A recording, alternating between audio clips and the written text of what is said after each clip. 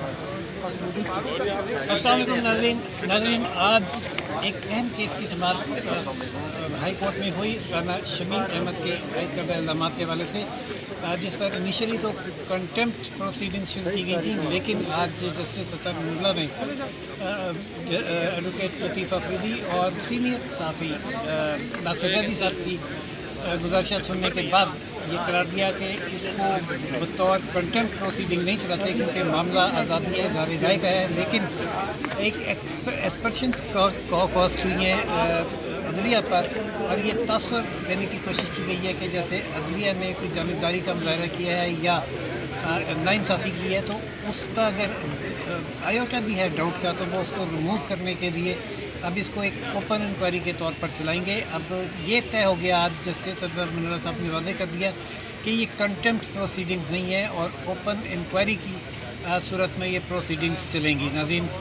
क्या कहना है इस हवाले से अंसार अब्बासी साहब का, जो इस खबर के जो रिपोर्टर हैं, खबर रसां हैं, और लतीफ़ अफरीदी साहब का मुलाहिज़ा फरमाइए।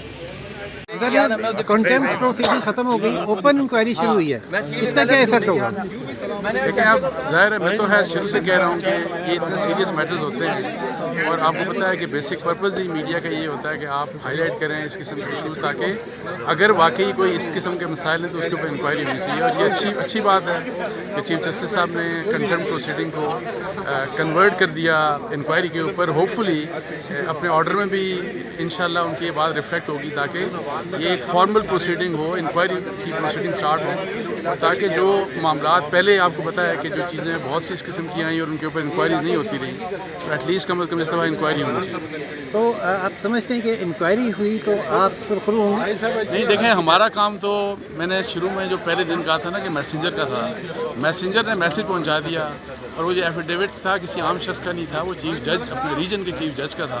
अब उसके ऊपर इंक्वायरी होनी है, उस कंटेंट के ऊपर। उसकी जिम्मेदारी ज़ाहिर है इल्ज़ाम लगाने वाले के ऊपर है, और जो इल्ज़ाम लगा रहा है, जिसके ऊपर लग रहा है, उससे अपना डिफेंस है। जज के खिलाफ इंक्वायरी किस कानून के तहत होती है? देखें, ये कानून तो अब फैसला तो ज़ाहिर इन्होंने करना है, लेकिन अगर सुप्रीम जुडिशल काउंसिल के ऊपर ही सिर्फ मैटर जाता है, तो मैं ये कहता हूँ कि चूँकि बहुत रिपीटेड ऐसे केसेस हुए कि जहाँ पे इंक्वायरीज़ नहीं होती इन इशूज़ के ऊपर, मैं ये कहता हूँ कि कोर्ट के ऑर्डर के ऊपर कम अज़ कम चले इंक्वायरी होनी चाहिए, लेकिन इन इशूज़ को अनअटेंडेड नहीं जाना चाहिए कि सिर्फ इनके ऊपर सियासत होती जाए और कंक्लूसिव, मतलब उस लिहाज से कोई आप इंक्वायरी ना करें। Thank you very much.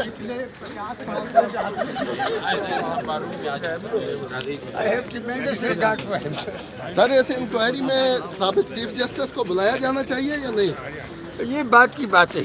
Afridi साहब, किस कानून के तहत एक जज के खिलाफ इंक्वायरी हो सकती है? यहाँ पाकिस्तान में और हाई कोर्ट और सुप्रीम कोर्ट, इनके पास इनहेरेंट पावर्स हैं। अच्छा।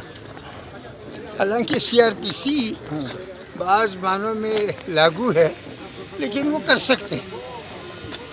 ऐसी कोई बात माने नहीं है कि वो नहीं कर सकते। तो इसका तरीक़ाकार क्या होगा इंक्वायरी का? तरीक़ाकार भी वो जैसा मुनासिब समझे वो तय करेंगे, यानी कोर्ट में भी प्रोसीडिंग की सूरत में भी हो सकती है। तो सर, इससे ये होगा कि जो नशरियाती अदारा है वो बरीज़ुबां हो गया और अब जज साहब सिर्फ फेस करेंगे?